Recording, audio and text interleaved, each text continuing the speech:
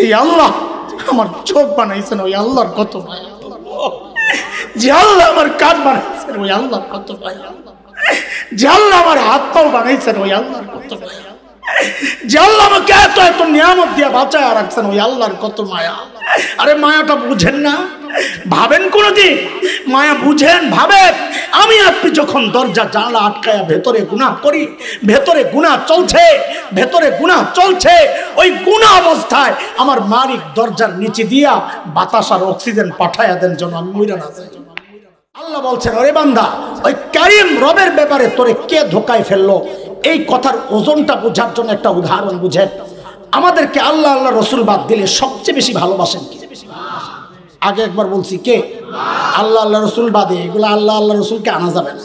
সবচেয়ে বেশি ভালোবাসেন মা। মার কলিজায় কত দরদ আর ভালোবাসার মহাব্বত আমি কেমনি বুঝাবো? আমি তো মা না, এটা শুধু মা জানে। মাকে যে আল্লাহ বানাইছেন সে আল্লাহ জানে। আগে একটা উদাহরণ দিছি মায়ের দরদের কথা, আমার মায়ের কথা বলেছি, মনে আছে না? আমরা এটা বলতে পারবো না, তবে কোরআন সুন্নাহ পড়ে মাসআলা শিখে যেটা জেনেছি অনুমান করতে পারি মার দরদ কত। যেমন একটা মাসআলা আপনাদেরকে শোনাই।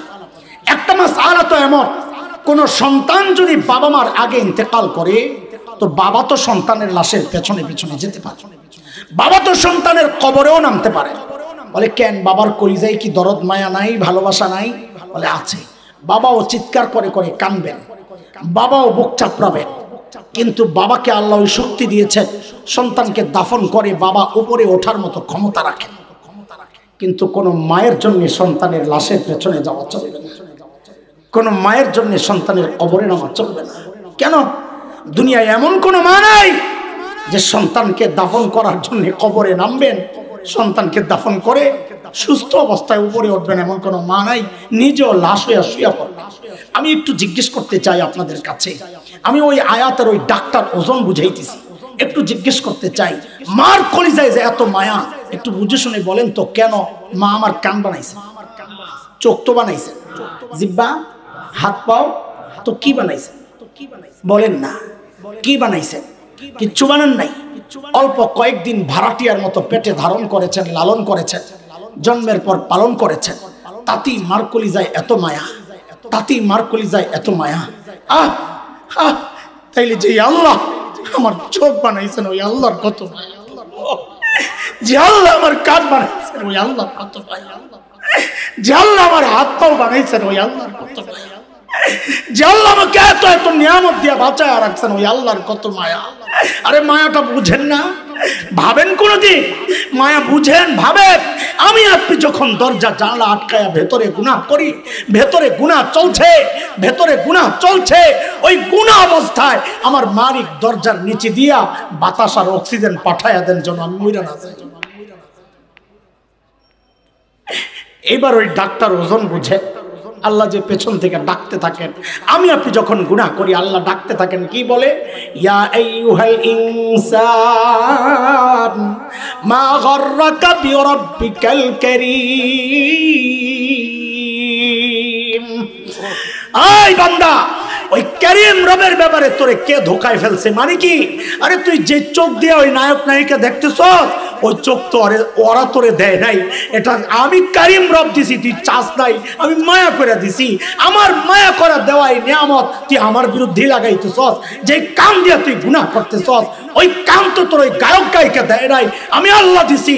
যে জবানে তুই আমার নাফরমানির কথা বলস, ওই জবান তোর নেতা নেত্রী দেয় নাই, আমি আল্লাহ দিছি। আরে যে হাত দিয়ে আমার বিরুদ্ধে লেখস, ওই হাত তোর নেতা দেয় নাই, তোর সরকার দেয় নাই, তোর অফিস দেয় নাই, তোর নেতা দেয় নাই, তোর মালিক দেয় নাই, ওই হাত তো আমি আল্লাহ দিছি। আমার দেওয়া অঙ্গ দিয়া তুই আমার বিরুদ্ধেই লেখছস, আমার বিরুদ্ধেই বলছস, আমার বিরুদ্ধে কথা শুনছস, আমার বিরুদ্ধে আমি যা নিষেধ করেছি তা দেখছস। কেন রে বান্দা, কি পাইয়া তুই আমারই ভুলে গেলি? কি পাইয়া তুই আমারই ভুলে গেলি? বলে আল্লাহ কারীম তো ওই সত্তাকে বলে যিনি না চাইতে দেন, আপনি আমার কি কি দিছেন? তা আল্লাহ যেন জবাব দিচ্ছেন, আরে জালিম, তোর চেহারার দিকে তাকায় দেখ, তোর কি দিস। সব জায়গায় তাকানোর দরকার নাই, তুই খালি তোর চেহারার দিকে তাকায় দেখ। আল্লাযী খালাকাকা ফাসাওয়াকা ফাআদালাক ফি আই সূরাতিন মা শাআ রাক্কাবা। তোর মতো সুন্দর করে আমি কাউরে বানাই নাই। আর দেখ দেখ তোর চোখের মধ্যে কি সুন্দর ঝাড়ু লাগাই দিস, ময়লা পরে আমি ভেতর থেকে পানি বের করে ঝাড়ু দিয়ে পরিষ্কার করে দিই। আর তুই যখন ঘুমায় যাস তোর চোখগুলো অনিরাপদ হয়ে যায়, আমি আল্লাহ নিজ দায়িত্ব উপর দিয়ে একটা শাটার লাগাইয়া দেয়, ওগুলো নিরাপদ দিয়ে নিরাপদ বানাইয়া দিই। আর ওই চোখ দিয়ে তুই ঘুম থেকে উঠাই আমার বিরুদ্ধে কেন করস এটা? আল্লাহ ডাকতে থাকেন। দোস্ত তিনটা জিনিস দিলার দিমাগের মধ্যে বসান। এক নম্বর, আমারে কে দেখতেছে? আলাম ইয়ালাম বিআন্নাল্লাহা ইয়ারা। জানেন আমি তাকায় আছি, কি তাকায় আছেন? অমনোযোগিতার সাথে, হ্যাঁ, অবহেলার সাথে, দেখছি দেখি না এরকম না। না, নবীকে আল্লাহ ডেকে বলছেন ওয়াসবির লিহুকমি রাব্বিক ফাইন্নাকা বিআয়ুনিনা। আর আমি সরাসরি তাকায় আছি। ইন্না রাব্বাকা বিল মিরসাদ। আমি উৎপাইতা আছি, যে কোনো মুহূর্তে খাপ করে ধরতে পারি। তাকায় আছি মানে কি মনে করছিস? দোস্ত এক নাম্বার, আমাকে কে দেখতেছেন? আমার মালিক দেখতেছেন। দুই নাম্বার, তিনি কি করতেছেন? পেছন থেকে ডাকতেছেন। তিন নাম্বার, ফেরেশতারা লিখতেছে। ফেরেশতারা কয় কথা বলেন, কয় কথা? প্রত্যেকটা গুনার সময় খালি এই চিন্তা করেন। এটাই হচ্ছে রোজা আমাদেরকে শেখায়। ওই যে বলেছি অপরাধী রোজা রাখলেও সে খায় না। কেন খায় না? আমার কে দেখতেছেন? এই প্র্যাকটিসটা যার হয়, আল্লাহ বলেন এই জন্য আমি রোজা ফরজ করছি, তুই এই প্র্যাকটিস করতে থাক, এই প্র্যাকটিস করতে থাক, সারা বছর তুই গুনাহমুক্ত থাকা তোর জন্য সহজ হয়ে যাবে। ছাড়বো গুনাহ ইনশাআল্লাহ, ছাড়বো গুনাহ ইনশাআল্লাহ। দেখেন আমার শেষ কথা, আমার ভাই আমাদের আপনজন, এই জন্য আমার কোনো টেনশন নাই যে মাইন্ড করবে বসে বসে ওয়াজ দেখায় এখন সুযোগ পাইছে। না না, আমাদের ওই টেনশন নাই। আমি বললে সারাক্ষণ বললেও কিছু বলবে না, আমি বললে দোয়া করে দিলেও কিছু বলবে না। ওই ভরসা আছে, ওইনি বসায় রাখছে। আপনারা টেনশনে পড়েন না, আমার কথা বিশ্বাস করি। কারণ এই ঢুকতাম না, আমার যদি আরো আগে ছাড়া পাইতাম, অত কাম আছে। যেহেতু এই পর্যন্ত আইসা বসছি, শেষ না করলে অসব